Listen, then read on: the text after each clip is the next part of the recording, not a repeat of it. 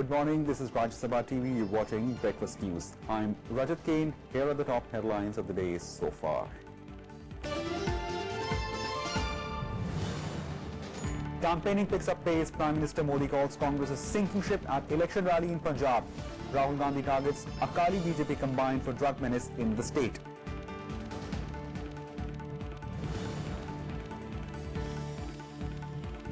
Finance Minister allays fear of job losses due to GST regime, says change is integral part of economic order, enough work and opportunity to be available.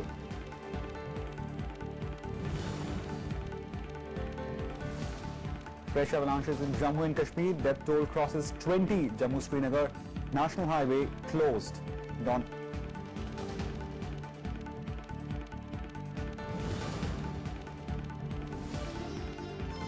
Trump signs new vetting measure for people coming to the United States, bid to prevent foreign terrorists from entering the country.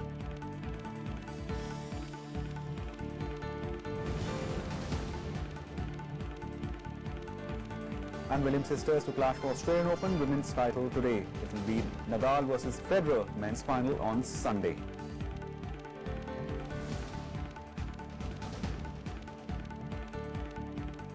Time for some election news in Bulletin.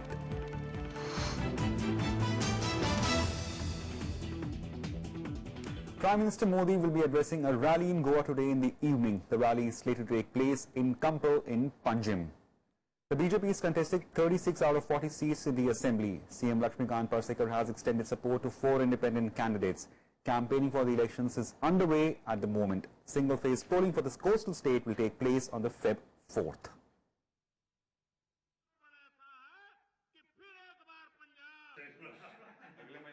Prime Minister Modi began campaigning in Pole-down Punjab with a rally at Jalandhar on Friday. The Prime Minister is seen as a star campaigner for the ruling Akali and BJP combined in Punjab. The state is vital for the BJP, which faces stiff competition from the Congress party eyeing in return and a new entrant Aam Aadmi Party, this time after 10 years in power.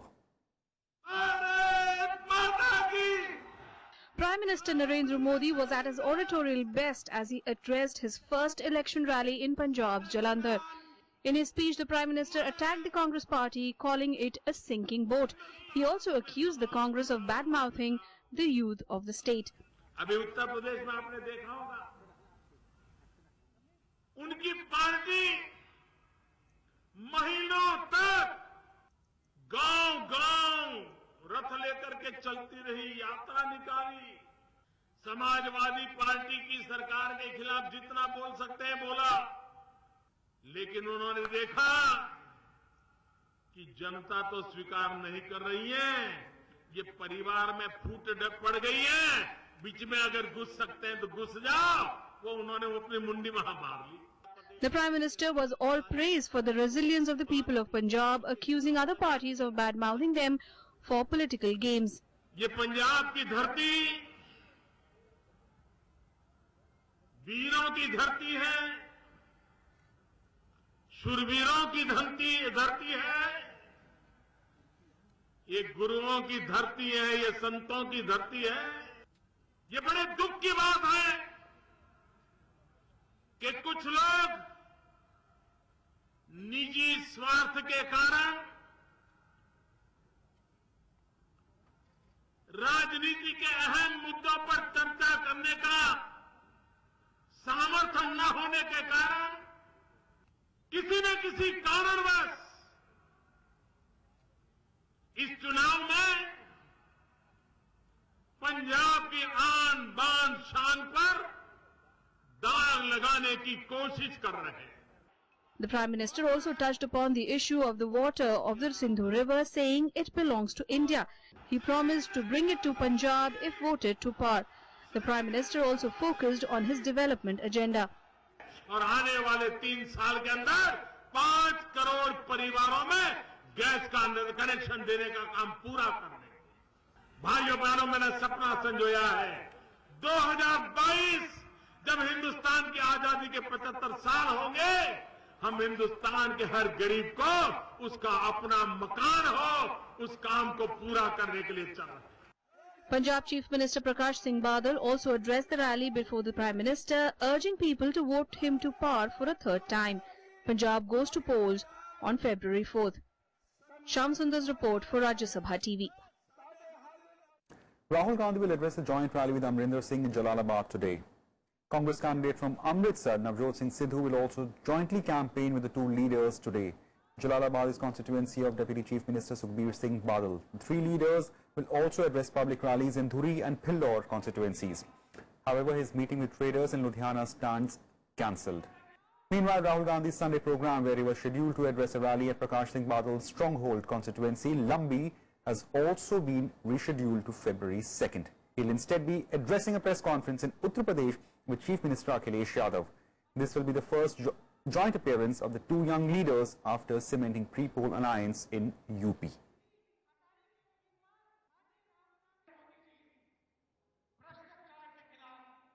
Congress Vice President Rahul Gandhi campaigned in Punjab's Majidiyah district on Friday ahead of February 4th assembly elections in the state.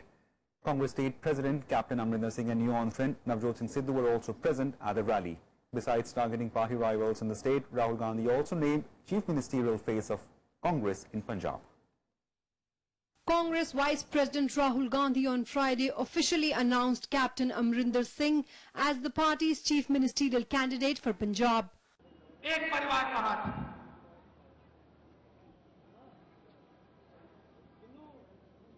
Transport में एक परिवार की monopoly. Punjab में आपको कहीं भी घूमना हो, कहीं भी जाना हो, तो बादल परिवार को आप कहीं ना कहीं उनकी बस में आपको जाना पड़ेगा। इंडस्ट्री को खत्म कर दिया, पंजाब का भविष्य नष्ट कर दिया। Addressing a rally in Majidiyah, Rahul came down heavily on the ruling SAD-BJP coalition.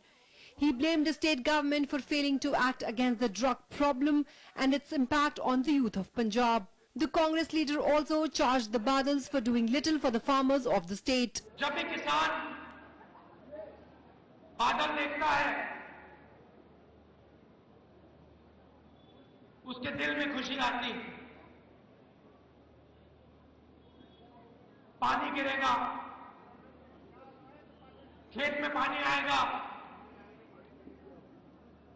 फसल अच्छी आएगी। मगर पंजाब में बादल पानी नहीं देते हैं।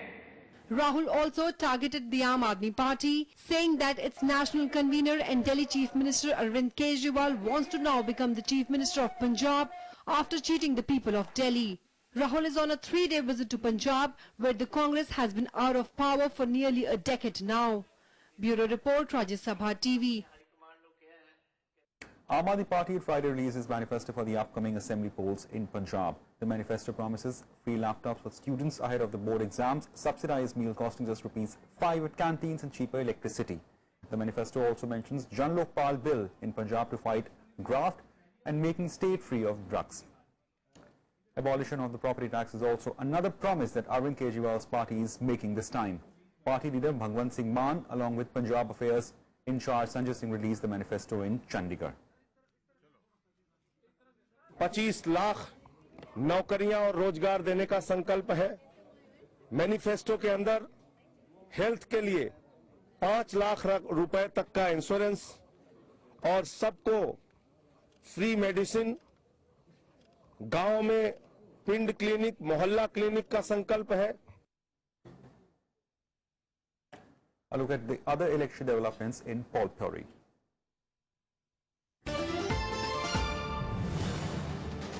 BJP has demanded removal of Chief Secretary and DGP to ensure free and fair polls in Uttar Pradesh. Union Minister Mukhtar Abbas Naqvi met UP Chief Electoral Officer T. Venkatesh and submitted a list of officers for removal. The list of officials included names of Chief Secretary, Home Secretary, DGP and officials of around 24 districts. Punjab Congress has permanently expelled 9 more dissidents from its primary membership on Friday after they did not withdraw from the assembly poll race. The latest action comes 2 days after a similar order expelling 7 rebel candidates for life after they failed to retire in the favour of official Congress nominees even after the deadline set by Captain Amrinder Singh expired. Aam Aadmi Party convener and Delhi Chief Minister Arvind Kejriwal will campaign in Bathinda in Punjab. The campaign is likely to highlight the issues of construction of Satluj-Jamuna link canal, drug menace, law and order and procurement of crops in the state. RLD chief Ajit Singh has ruled out possibility of his party joining hands with the BJP and said people of UP are looking for a change in the upcoming elections. He also slammed the ruling Samajwadi Party and said there is no development worth its name in the state. Uttarakhand Chief Minister Harish Rawat and State Assembly Deputy Speaker Anusaiya Prasad Mekhuri were among 300 candidates who filed their papers on the last day of nominations on Friday. Rawat is contesting from 2 seats this time. He's filed nominations from Haridwar Rural. He had filed his nominations from Kicha on Wednesday.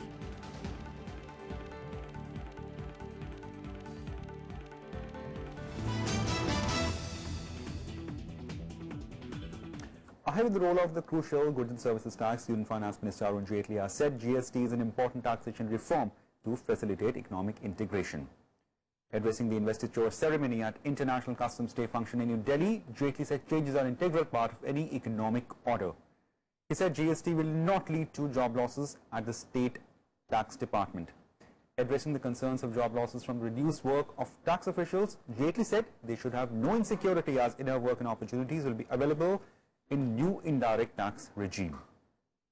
Minister of Finance Santosh Singh Gangwar and Revenue Secretary Hasmukh Adhia also attended the function. This year, 34 officials of Central Customs and Service Tax were conferred Presidential Awards of Appreciation Certificate for Specially Distinguished Record Service, and 20 awardees received the World Customs Organization Certificate of Merit Award. I see no reason really for a kind of a disquiet, for the simple reason that opportunities which are available to people in service as a matter of policy, as a matter of constitutional guarantee, are all protected, except that the nature of activity itself will have to change. Important changes and evolutions which take place are never put on the back burner for the reason that the responsibility of those who conduct that activity itself will now be in an altered form, in an altered environment itself. The Supreme Court has sought response of state, centre and union territories and the RBI to examine the likely reason behind suicides by the farmers. Terming it a sensitive matter of larger public interest, the Apex Court sought response within 4 weeks. The bench comprising Chief Justice J.S. Kehar and Justice N.U. Ramana sought response over a plea filed by an NGO. The court also favoured comprehensive national policy to protect farmers' interest. The bench on its own expanded the scope of the petition, which has raised the issue of farmer suicide in Gujarat to the entire country. During a brief hearing, the court said that many farmers were committing suicide because of crop failure and indebtedness, and yet there is no national policy to protect them.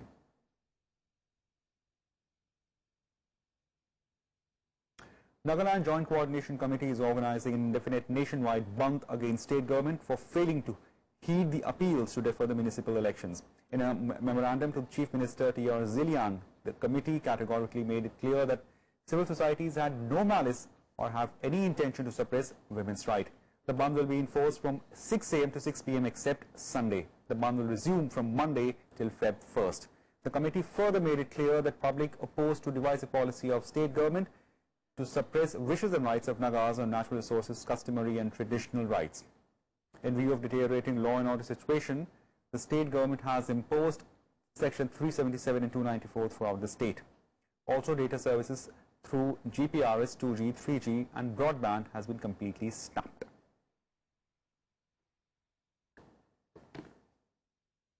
Time for a short break. More on the other side.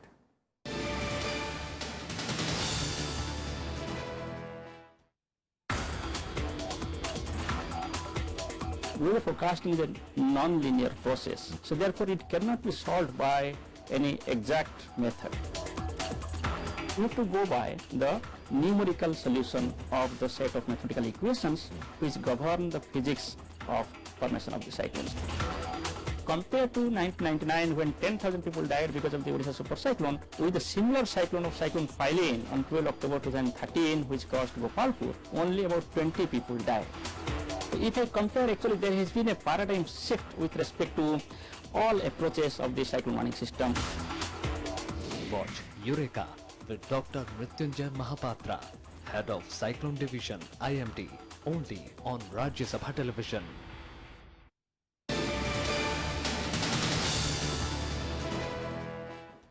Welcome back. The death toll in avalanches in Kashmir has crossed 20 after bodies of 4 more soldiers were recovered on Friday. A fresh avalanches warning has also been issued for the next 24 hours.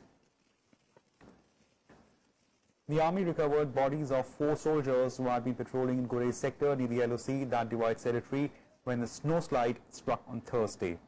The rescue operation has been called off. Meanwhile, the latest spell of rains and snowfall has thrown normal life out of gear in Kashmir Valley.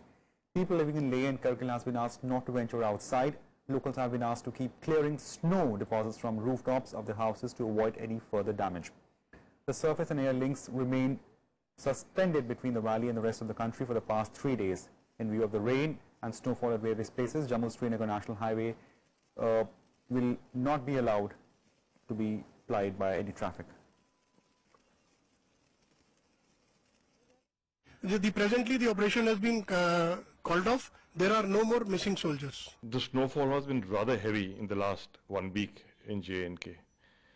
And the avalanches normally come when the snow is soft, when the sun comes out and the snow is soft. By and large, orders are very clear that the movement of troops only to take place at night when the snow is still solidifies.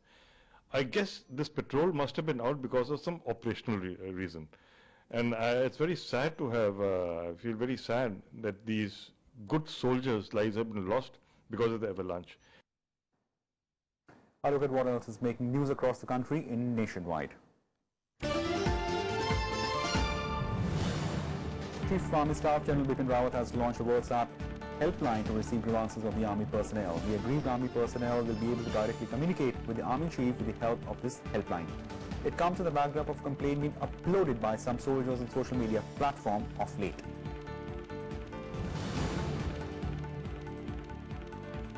A 23-year-old national-level swimmer working in Western Railway has committed suicide by hanging herself at her residence at Lower Parel in central Mumbai.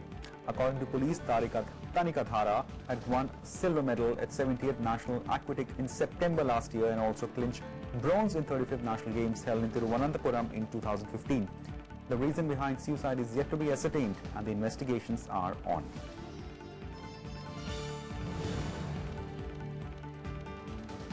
The Congress party is demanding registration of an FIR against former Meghalaya Governor V. Shanmuganathan, who is accused of sexual misconduct. He had submitted his resignation on Friday. The president accepted Shanmuganathan's resignation as Governor of Meghalaya and Arunachal Pradesh.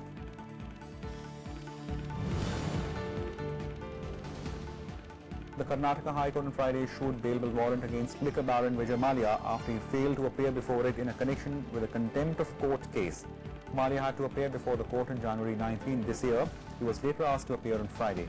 Mallya failed to appear on both the dates, even as his counsel said that he did not respond to their communication.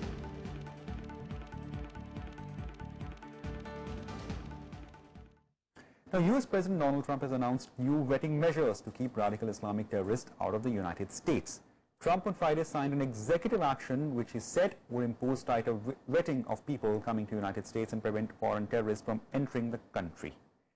He signed an executive order at the Pentagon after a ceremony to swear in General James Mattis as Defense Secretary. Trump also signed an order he said would begin the rebuilding of United States military by developing a plan for new planes, new ships, new resources and new tools for men and women in uniform. Today I am signing 2 executive actions to ensure the sacrifices of our military are supported by the actions of our government, and they will always be supported by the actions of our government, believe me. First, I'm signing an executive action to begin a great rebuilding of the armed services of the United States, developing a plan for new planes, new ships, new resources, and new tools for our men and women in uniform, and I'm very proud to be doing that. Secondly, I'm establishing new vetting measures to keep radical Islamic terrorists out of the United States of America. We don't want them here. Donald Trump also met with British Prime Minister Theresa May at White House on Friday. The meeting between the two leaders is the first with a foreign leader for Trump since he took over power last week. After talks, the two leaders addressed a joint press conference where May announced that Trump is to make state visit to the United Kingdom. Speaking at the White House, she congratulated Trump on his victory and said she had secured an assurance of US support for the NATO. Trump too predicted the two nations would build a stronger partnership, adding the relationship was force for peace.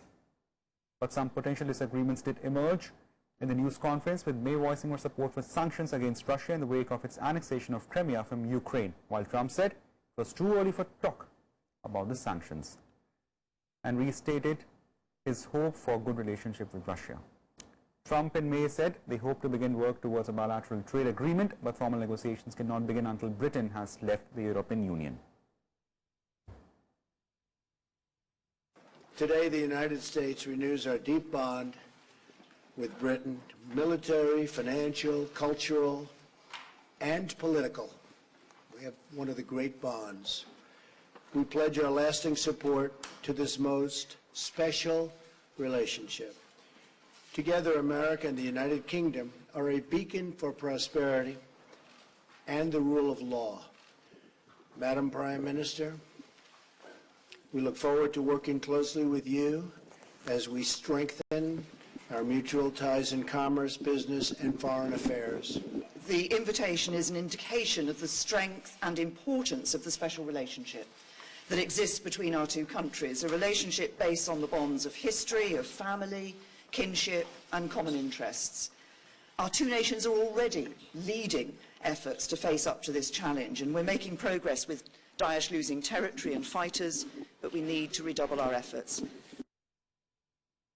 US President Donald Trump and Mexican President Enrique Pena Nieto spoke on Friday after tension escalating between the two leaders over the construction of a wall. The discussion over the phone comes after Mexican President cancelled a meeting with Trump and that has been set for the next week.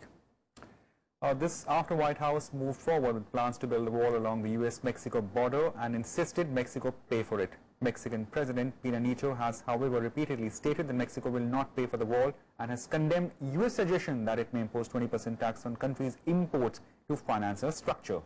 After phone call, both countries issued statements saying its leader recognized the clear differences of opinion on the payment demand and agreed to settle the matter as part of broader discussion on all aspects of the two countries' relationship.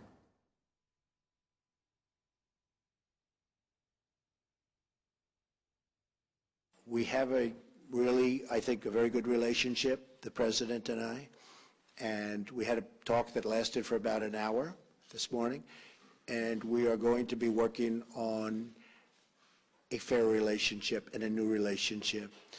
But the United States cannot continue to lose vast amounts of business, vast amounts of companies, and millions of people losing their jobs. And so we are going to renegotiate our trade deals, and we're going to renegotiate other aspects of our relationship with Mexico.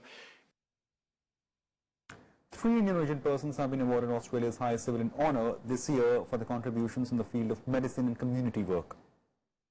Purushottam Savrikar, a Sydney-based medical practitioner, received Order of Australia Medal for the year 2017 for his services for medicine and to the Indian community. Makkan Singh Kungare from the Perth was given an award for his services in the medicine in the field of neuroradiology, to education and to a range of professional medicine associations. Vijay Kumar was given an award for his service to medical research in the discipline of nuclear medicine and biology, to professional organizations and to the community.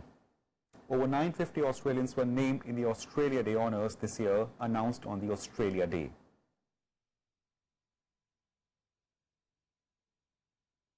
Now, Rafael Nadal battled past Bulgaria's Grigor Dimitrov to reach final of Australian Opens and set up title clash with old rival Roger Federer. In a thriller semi-final, both the players went neck and neck, winning alternative sets till it went to the decider. In the fifth and final set, 14-time Grand Slam champion Nadal got a crucial break at 5-4 and went on to win 5-hour-long grilling contest 6-3, 5-7, 7-6, 6-7, 6-4. The 30-year-old Spaniard will play his first major final since 2014 French Open on Sunday against 17-time Grand Slam champion Roger Federer. This will be the 9th meeting in the Grand Slam finals. In the women's singles, Williams sisters Serena and Venus Williams will clash in the final today. While Serena is eyeing her 23rd Grand Slam, Venus is targeting her 8th major, first since Wimbledon 2008.